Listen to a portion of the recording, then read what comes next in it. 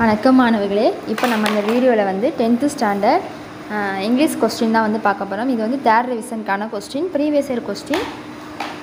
இது எல்லாத்துக்குமே ஆன்சர் பார்த்து வச்சுக்கோங்க. உங்களுக்கு வந்து எக்ஸாமுக்கு ரொம்ப யூஸ்ஃபுல்லாக இருக்கும். இதில் இருக்க பேராகிராஃப் எல்லாத்துக்குமே நீங்கள் இந்த இருக்க பேராகிராஃப் எல்லாம் படிச்சிட்டிங்கன்னா இது வந்து உங்களுக்கு ஆனுவல் எக்ஸாமுக்கும் ரொம்ப யூஸ்ஃபுல்லாக இருக்கும்.